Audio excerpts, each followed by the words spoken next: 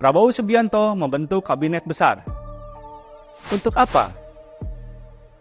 Saya Anton Septian dan inilah opini Tempo.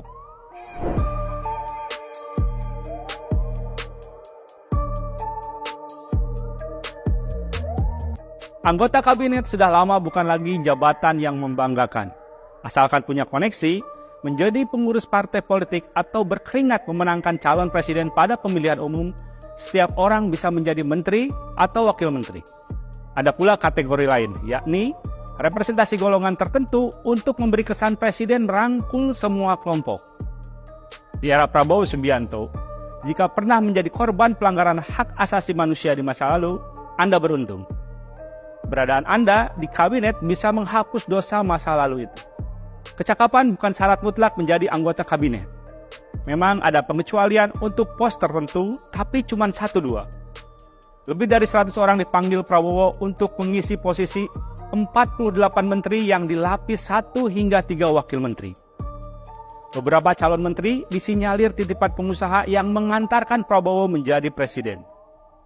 Di posisi wakil menteri, bahkan ada influencer yang selama ini pekerjaannya menggonggong di media sosial jika presiden diserang. Mereka nirprestasi dan nirkompetensi. Kabinet Zakon yang digembar-gemborkan Prabowo hanyalah omong kosong. Karena dipilih tanpa kecakapan, para pembantu presiden mafhum bahwa mereka dapat dicopot kapan saja, misalnya karena lanskap politik berubah.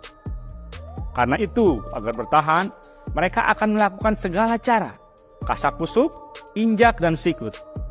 Sementara belum diganti, mereka akan berupaya mencari untung termasuk dengan cara tak patut.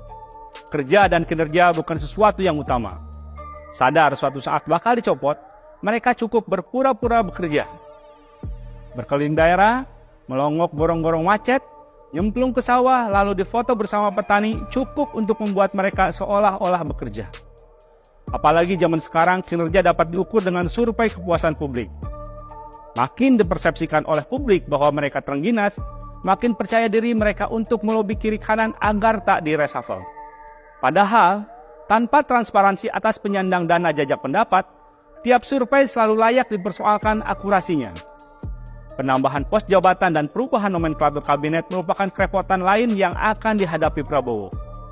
Pada tahun-tahun awal, kementerian akan lebih sibuk berbenah ketimbang langsung bekerja. Pemisahan kementerian atau pembentukan kementerian baru membutuhkan waktu untuk konsolidasi. Perubahan struktur organisasi menuntut perubahan alokasi budget dan tanggung jawab. Pada akhirnya, keputusan Prabowo membentuk kabinet berpostur besar yang diisi oleh orang-orang yang miskin kompetensi akan berakibat pada pencapaian program. Sukses tak bisa diraih, borosnya anggaran tak dapat ditolak. Yang paling dirugikan tentu masyarakat yang berharap pemerintah bekerja keras memperbaiki nasib mereka. Cara Prabowo membentuk kabinet sebetulnya bisa dibaca dari cara dia menyusun kepengurusan Gerindra, partai yang ia pimpin. Di partai itu, ia menempatkan lebih dari 400 pengurus yang terdiri atas Dewan Pembina, Dewan Penasihat, Dewan Pakar, dan Dewan Pimpinan Pusat. Nama-nama pengurus dipajang meskipun gerak organisasi terpusat di tangan Prabowo dan segelintir orang saja. Di mata Prabowo agaknya, organisasi besar diperlukan untuk menampung banyak kepentingan dan menyenangkan banyak orang. Jikapun nanti kabinet dibongkar, jangan bermimpi kabinet Zakon terbentuk. Perubahan konstelasi politik hanya akan memunculkan anggota kabinet yang kurang lebih sama. Kecemasan akan ketidakstabilan pemerintah jika partai dan pendukung diabaikan bakal melahirkan kabinet baru yang sama lemahnya. Sampai di sini, Prabowo akan terkurung dalam pusaran kepentingan dengan publik yang menjadi korban.